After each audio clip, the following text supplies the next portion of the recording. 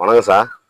இந்த மாதிரி தஞ்சாவூர் மாவட்டம் திருடமூர் தாலுக்கா மானாம்படி ஊராட்சி நெடுங்குளை கிராமத்தில் இருந்து ரமேஷ். என் பேர் ரமேஷ். நான் ஒரு 9 ஏக்கர் நெல் சாகுபடி பண்ணுறேன். வேளச்சேரியில் முகமது சார் ஒரு ஆடியோ ஒன்று பார்த்தேன். அது கீமிக்கும் கடல் பாசியும் வாங்கிட்டு வந்தேன். வேர்விக்கு ஒன்று கொடுத்தாங்க. வேர்விக்கு நாத்தாங்களுக்கு கொடுத்தாங்க. அது அதை பயன்படுத்திட்டு கீமிக்குன்னு சொல்லிட்டு கருப்பாக இருக்குது, அது கொடுத்தாங்க. கடல் பாசி கொடுத்தாங்க. அது போட்டதுனால என்னன்னா, ஏற்கனவே எங்களுக்கு நடுநட்டா தூர் ஒரு 10 தான் இருக்கும். இப்போ நடுநட்டா ஒரு 30 தூர் கட்டியிருக்கு.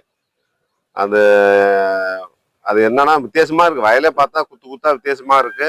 பாக்கியெல்லாம் அந்த வேர்விக்கு அந்த கீமிக்கு பக்காவா வேலை செய்யுது வயல்ல. ஆனா அது ஒரு இயற்கை உரம்ங்கிற அடிப்படையில நம்ம வேலைச்சேரியில் போய் நேரடியாக போய் முகமது சாரை போய் பார்த்தேன். ரொம்ப தன்மையா நல்லா ஒரு விரிவாக்கமா பேசி நீங்க கொண்டு இப்ப செஞ்சு பாருங்கன்னு சொல்லிட்டு உள்ள ரேட்டுக்கே கொடுத்தாங்க.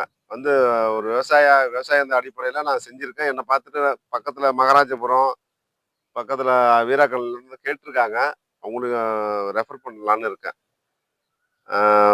வாய்ப்பு இருந்தா இந்த கீமிக்கும் கடல் பாசியும் வாங்கி யூஸ் பண்ணுங்க. ஏன்னா இயற்கை உரம் நம்ம உணவை ரசாயனமா கொடுக்காம கொஞ்சம் இயற்கை முறையில் கொடுத்தா மக்களுக்கு நல்லது. யாரோ கண்ணுக்கு தெரியாத இடத்துல தான் போய் சாப்பிட போறாங்க. அவங்களுக்கு நல்ல உணவை நம்ம கொடுக்கலாம்ல. போட்டு களைக்கொல்லி கூட நான் சரியா அடிக்கிறது கிடையாது. அதனால களை பண்ணுறதுனால இந்த வாட்டி எனக்கு 130 ஆள் களை எடுத்திருக்காங்க 9 ஏக்கரை. கரண்ட் தட்டுப்பாடு மெயின் பிரச்சனை. அது மட்டும் இல்லைன்னா விவசாயம்லாம் கொஞ்சம் நல்லா இருக்கலாம்.